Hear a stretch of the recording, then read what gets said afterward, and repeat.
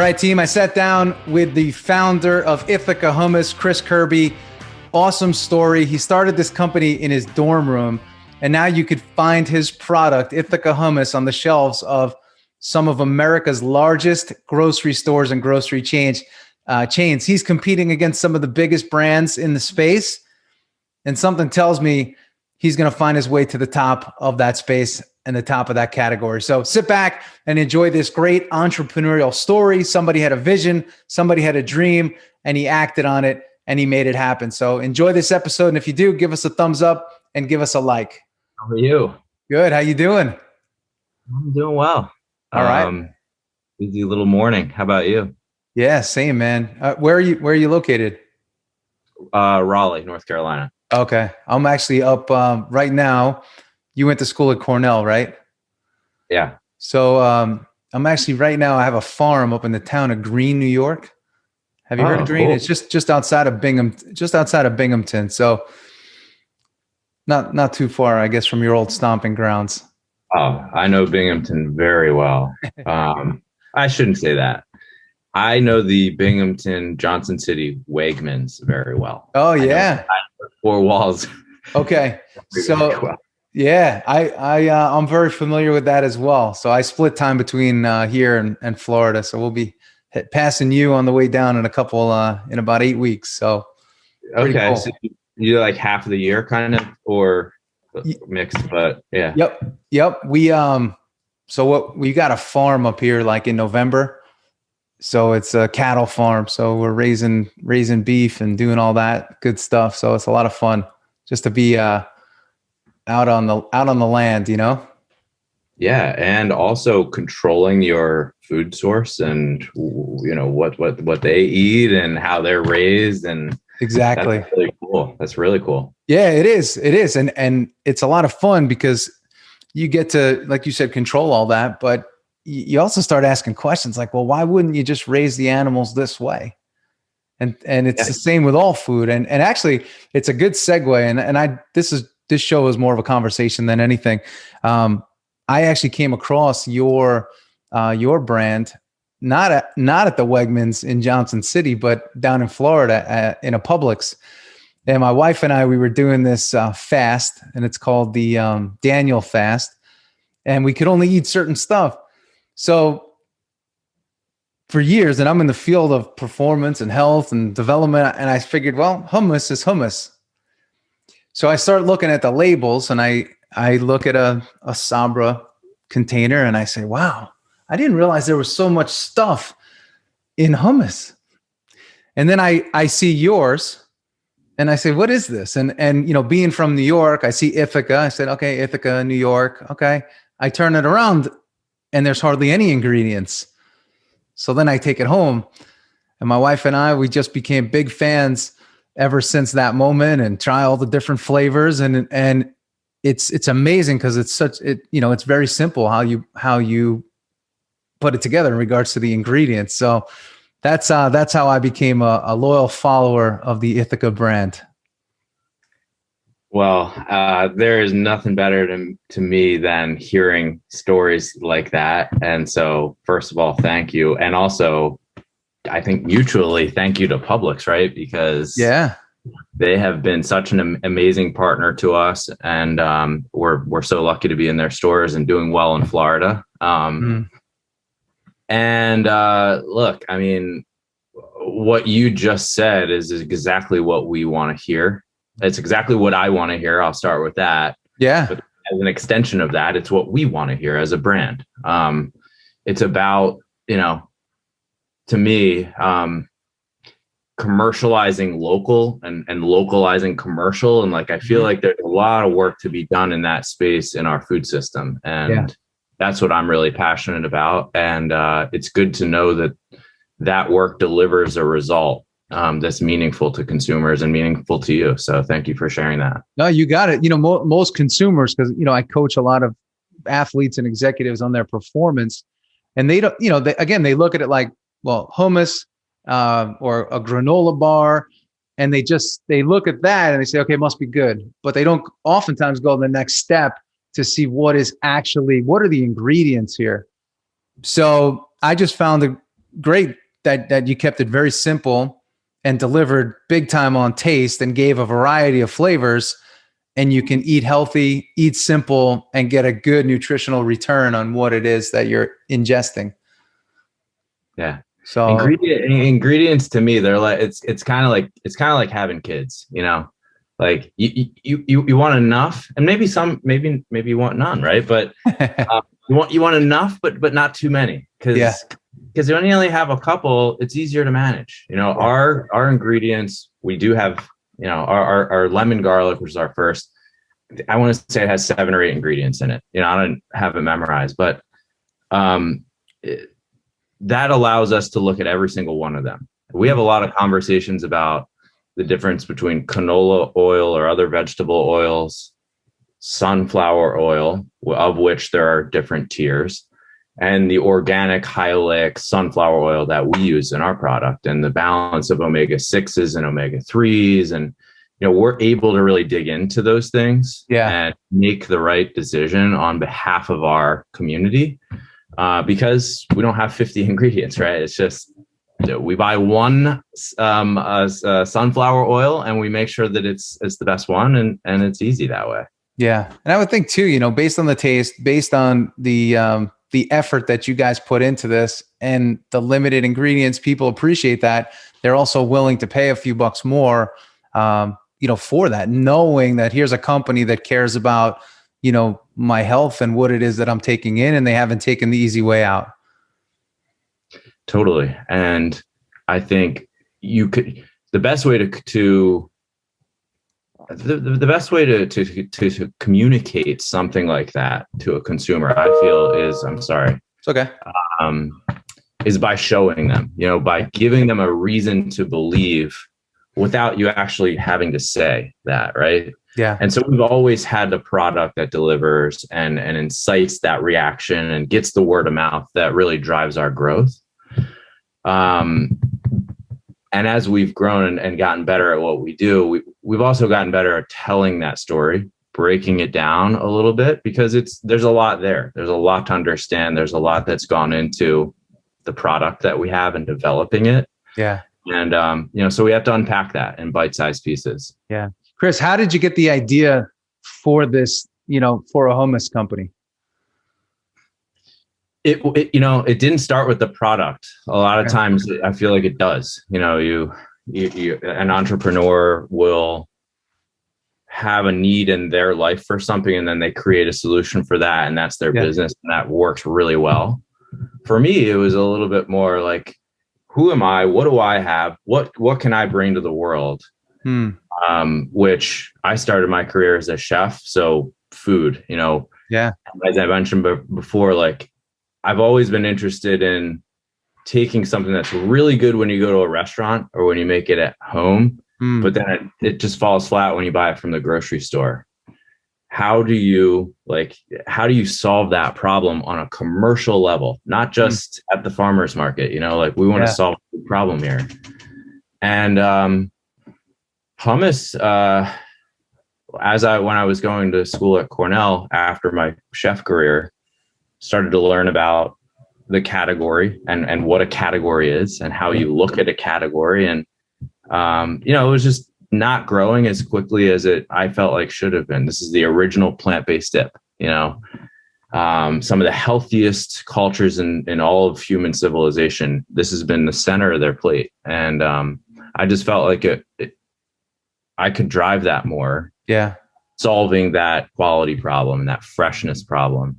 And so I started very small at a farmer's market, and then, you know, one store at a time, kind of have grown from there. Now, did you start, when you say at a farmer's market, was it while you were still in school at Cornell, or when did this journey start for you?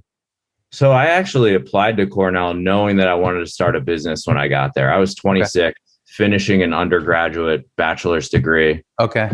So I got to Ithaca, and within the first week, I'd been to the farmer's market. I was like, you know, if this farmer's market does not have a hummus stand, like, I know that. And I got there and I was like frantically looking, like, where is it? I know somebody's going to be on.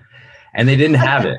And so I just got so supercharged, like, from that it was like I had been so worried about that, and then I got there, and it was like a dream come true. And then that energy just took me into it, and I was the hummus person a month later at the market. Yeah, at the Ithaca Farmers Market. At the Ithaca Farmers Market, and then I spent the next 2.5 years launching it and finishing my degree. So I was going to school and did it at the same time. Okay, very cool. So I'm guessing like when it came to putting the recipe together, you had the background as a chef. Was this something you were formulating in your college apartment or dorm? Yeah, I had a time tested, battle proven formula for hummus. Hummus is one of those foods where it's like noodles, on a little bit of a smaller regional scale, but like every Middle Eastern country kind of has their spin on it. Okay. Through my culinary journey, I found and became friends with a handful of Lebanese people in Washington, D.C. And I found theirs to be the best. It was lemony. It didn't have as much tahini in it. Yep. And the garlic wasn't roasted. It was fresh and almost a little spicy tasting. Okay. Loved it. Always have. It had been on many menus of mine post that, but before starting Ithaca Hummus. And so I had the formula, and we started with that one flavor. Yeah. See, I think it's so cool how you built this too, because it's very, it's a very organic build. It's saying, hey, I have an idea for a business. I had these experiences with friends. I realized that this category was underserved at my local farmers market. And here I am. I take this recipe that I am familiar with, and I start just going to a local market and selling it. And then you build velocity off of that. And what I've seen at the Ithaca Farmers Market, there's a lot of traffic there. So you probably spread your brand locally and, to all the parents of the students that come into town. And I'm guessing, is that how it started to build? Oh, absolutely. That farmers market, the Ithaca Farmers Market sees 5,000 people on a weekend, so think about that. You show up somewhere with any product, I don't care what it is, but especially something that you can taste, and it's lights out. If it's good, you're going to have 5,000 people talking about it. And we had like 2 solid years of that to start, and all of the conversations and learning and consumer community building and bonding that comes with that. Yeah. And so that was just a really solid base to build from. Yeah. Now you said that you went to Cornell wanting to leave and build, be ready to build and building a business. Did you have any business experience prior to? As a young kid, were you somebody that was, a seller, a mover and a shaker, or what? Oh yeah, for sure.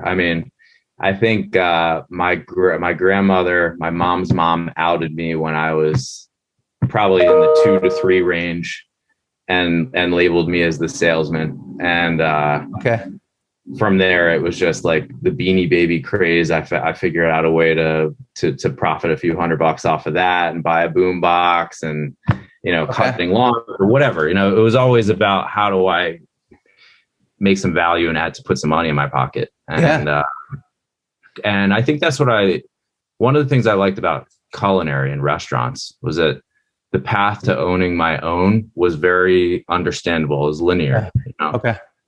And, but then I got into that and just couldn't do it for the rest of my life, and made a change. Now, and where did you grow up? Just outside of Baltimore in Maryland. Okay. Got it. Nice area. Very blue collar area too, right? Yeah. The town I grew up in is called Ithaca, Maryland. Okay. And I would say per capita, there's just more salt of the earth, like worked hard people there than you would find. And I love that about where I'm from. Is that near Reisterstown? Is that out that way? Yeah, it's close. It's like 30 minutes west of where I grew up. Yeah. I've seen it on the map. Oh yeah. So Chris, for you, so you're selling at the market, you're gaining velocity and traction. What was the pivot point for you where you said, hey, we have something here, like we could actually now go bring this to, to retail stores and to grocery? Immediately. I was, as soon as we had product, I was trying to ram it into every place I possibly could so that we could sell as much as possible. So, we would make it at night after school. I would make it at night after school. Okay. The weekends were big because we'd have a Saturday market and a Sunday market. We had a Tuesday market. And then the other days during the day when I could, I would go visit shops, wineries, coffee places, little natural foods grocery store in town. And within 6 months, we were probably on about 20 or so shelves. Huh. And then that's when I could go start talking to a distributor. So I didn't have to like take it around in my car anymore. Okay. Because I had a decent size something to give them. Right. And then they had like 50 more that they could give me. And then it's just like a food chain cycle thing that's just like a rinse and repeat thing all over again. Yeah. Cause some people that don't understand how it works, they may think like every store that it's in, you had to go and to every single store and get it in the beginning. Yes. But then you find a distributor that you connect with and work well with and sees your vision and knows that your product has legs. Yeah. Exactly. Yeah. You start out as just like a crazy person with a trunk full of whatever you're selling and a dog or whatever, and you're driving around. But eventually you can start to plug in to, the systems that have been built in whatever the industry is. And for me, distribution was a big one, and manufacturing eventually became one for us. And, but it was very incremental. One time. So because some people may watch this and they may be where you were at school and they get caught up in the, how am I going to do this? How am I going to finance this? And it sounds like you're just saying, hey, just start, just get in it and keep moving, be passionate, and your product will the market will tell you what your product is and the legs that it has. Yep. And you mentioned financing, and entrepreneurs get caught up on money. They get caught up on money. I mean, because it's easy to do. Yeah. It's an easy excuse, right? The answer is usually sell more. Go sell more. Start small, take the small little steps. Don't bite off more than you can chew, and spend a lot of time selling. Do things that are going to generate revenue. Yeah. Yeah, it's interesting that you say that. Another friend of mine happens to be a king down in Baltimore, and Kevin Plank, and he says the same thing. He said so many people today they're worried about financing and raising money that they forget that they should be out selling their product and using that money to gain more velocity behind the product. Yeah, it's not an idea pitch contest, it's about sales. So and it's always been about that for me and for us. And I think that served us well. Yeah. Now the food space is a crowded space. There's a lot of action in it. It's a difficult space at times. How did you break in and sort of, carve your way? Like, how did you get on the shelf as a smaller brand relative to some of these bigger brands that are, being constantly infused with dollars? I mean, it's like the little stream that turns into a canyon. It just, by focusing on the customers we had and not chasing the ones that we didn't, by making sure that quality and supply were taken care of. Yeah. Supporting our customers and using success with where we are today to go secure the future that we want tomorrow. Using that as a case study selling story. Look at what we're doing in our original store, and then you go to the next one, and you just start to gain credibility after a while. Yeah. And but it does take time. It takes time. That doesn't happen overnight. Yeah. I mean, you gotta be excited to see your product next to some of the, so-called bigger players, and that you're taking some market share from them. Yeah. And it's funny. I've over time, like at the end of the day, I think we probably feel the same way about this, but when it comes to competition, I want to win at all costs, Yeah. period. It's Yeah. what it's about. But I have evolved my thinking about our competitors and the space and the category. And I've learned that you really have to sell the category first. Okay. You do, because we want the whole thing to grow. We don't want just our piece of the pie. We want to grow the whole pie, because then everybody's going to win and more upside for us. So it's incredibly humbling to be next to some of these massive conglomerate multinational brands and companies.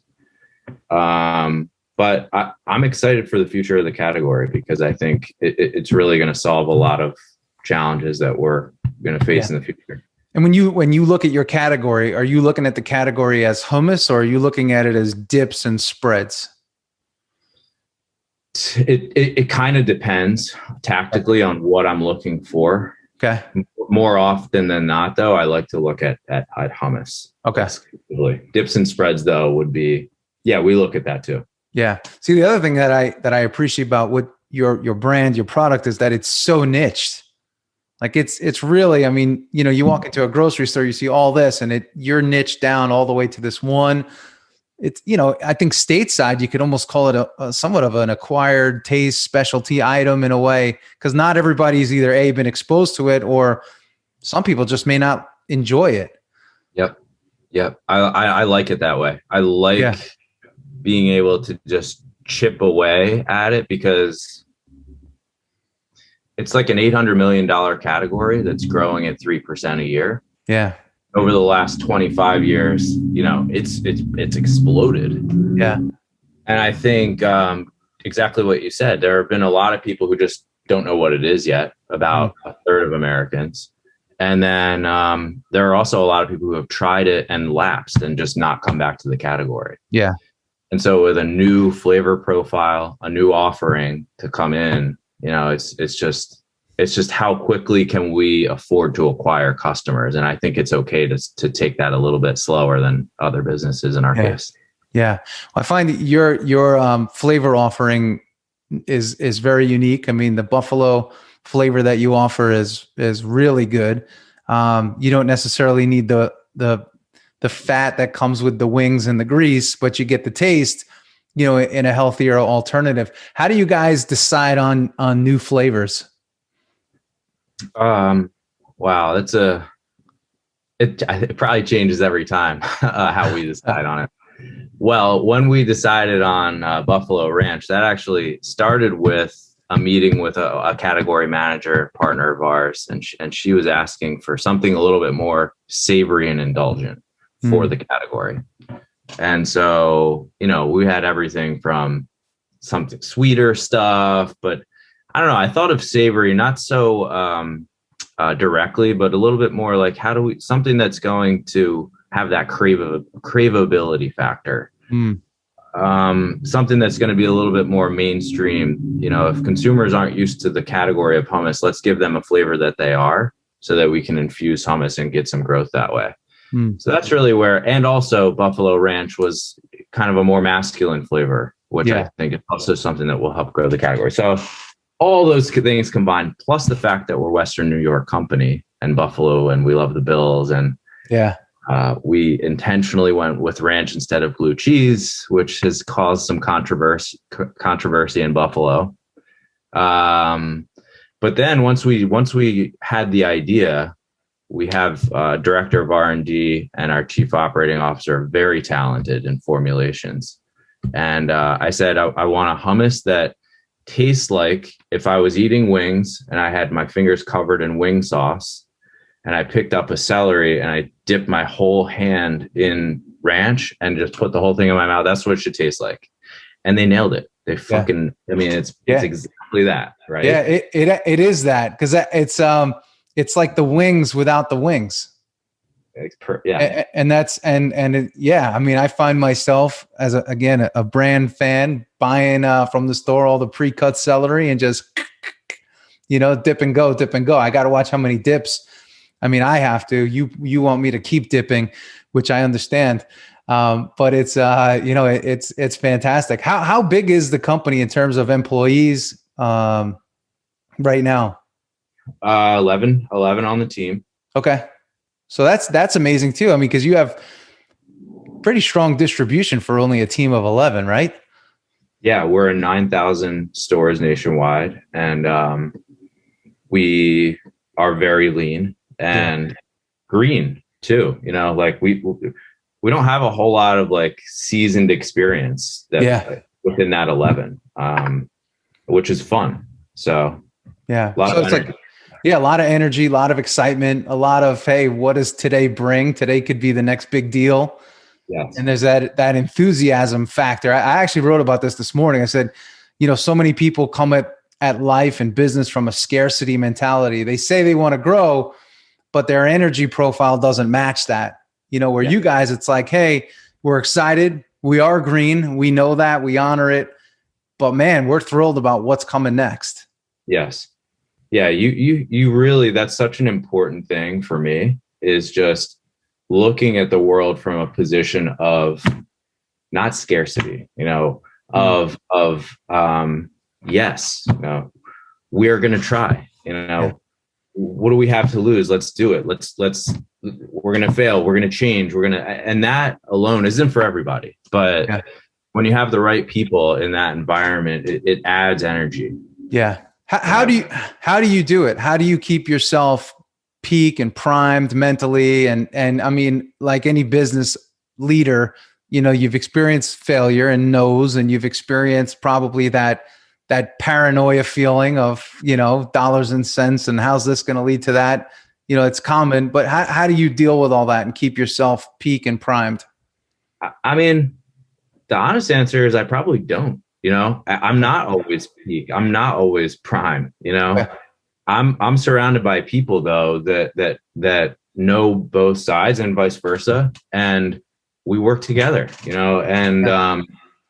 But the answer that I think I owe you is the things that work for me are like when I'm getting good, consistent sleep, exercise, mental health is huge. Meditation really works well for me. Is that something you participate in daily, the exercise and the meditation, or is that you aim to do it daily, but how does it look for you? Aim to. I know that at my, like, the more the better, right? When I'm at my peak, 15 minutes twice a day, meditating at the beginning and the end, and, doing something that makes me sweat and gets my heart rate up every day. Okay. Yeah. It's amazing how so many business leaders are waking up to this now. But, in years past, it was like, hey, go till you'll drop. And there's that fine line of building a company and building a great company and making sure that you're there to enjoy it as you build it, as opposed to just going so hard and then you fall off and that's it. Yeah, I've done that. I've done it that way. I did it that way for a long time. Before I was an entrepreneur as a chef, it was burning as hard and fast as you possibly can. And that's how I ran the company for the first 4 or 5 years too. And it took time to really develop myself so that I was fit and ready to grow. Yeah. So the company's based out of the Northeast and you're in the Carolinas. Yeah. How have you, is that something that's new? Has it always been like that? Have you always been dispersed or what? Yeah, I mean, no. So it started in Ithaca, and for the first 3 years, it kind of grew there. Then we moved and we partnered with a manufacturing company in Rochester, New York called Ledestri Foods. They've actually since become a partner in our business as well. Okay. And we moved the whole company to Rochester. So our headquarters is there. We've got an office downtown Rochester. And so that has grown. And I've been here in Raleigh for the last 3.5 years. Okay. And I guess, digitally today, it's easier than ever to stay connected. Everybody's experiencing it and dealing with it anyway. Yeah. Well, when I moved down here, we were a team of 2. It was me and Frank. And Frank is our chief operating officer. And he had like a shoebox office in Rochester, and I had a like co-working space here. Okay. And I was selling, and he was taking care of operations. And we did it like that for probably a year with some small help along the way. And so it just was built that way, yeah, you know, in current form. That's cool. And how do you go about managing the growth of the company? Because I mean, I'm sure you've seen some pretty sharp accelerations over the years, and you know, you don't have the industry experience of 20, 30 years where you've seen this before. How have you, I know you said being green is an advantage, but how do you manage the growth? Because sometimes your product could just grow at a speed that you may not be ready for, or oftentimes are not ready for. Yeah. All team. It's all team. Yeah. It's all 100% team. And so not ready for growth could come from, quality, manufacturing, and actually and fulfillment, cash flow, not being able to finance big orders. You know, those are the three big ones that come to mind. And I would say Frank and his team manage all three of those, and I don't really have to worry about it. Okay, cool. I love that. I got two more questions for you, and then we're out. What would you say most excites you about the future of food? The need for thinking outside of the box and coming up with solutions to problems that we don't quite have yet. Got it. I like it.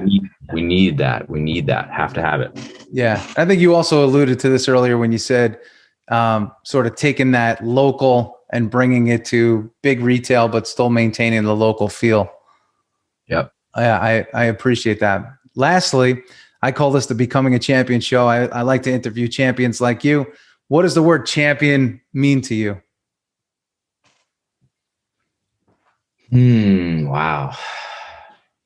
It means being the most successful that you can that you can be at whatever the thing that you want to be successful is. Yeah.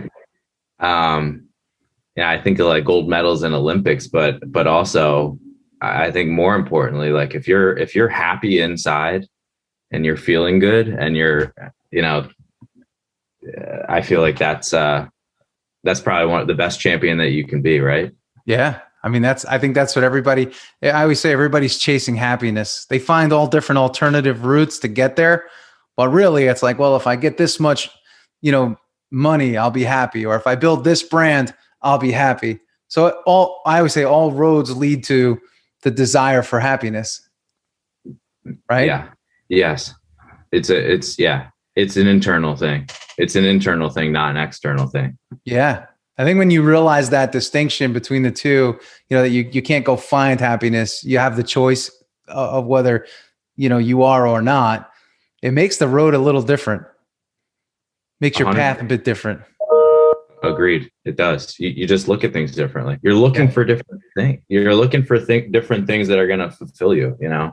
Yeah. No, I love it, man. All right, team. I hope you enjoyed that great episode with Chis Kirby. If you haven't tried his product, make sure you get out there and get yourself some Ithaca hummus. It's amazing, especially the buffalo flavor. You'll really like it. But it's amazing to hear how somebody just went to college with a vision of saying, hey, I'm going to start a business when I come out of here. And he's decided to start that business while he was still in school, went to a farmer's market, built velocity and proof of concept behind his product, and he just went after it. And that's a mindset and it's an attitude. Now he's talented, but you could just have that mindset and that belief in your product and in yourself and go build something great. So that's what we want from you. Go out there and build something great, make it happen, and don't stop until you get what you want. This is Coach Dana Cavalea, and I hope you enjoyed today's episode of the Becoming a Champion show. We have more to come. Make sure you check in next week, and thanks for being a part of the show. See ya.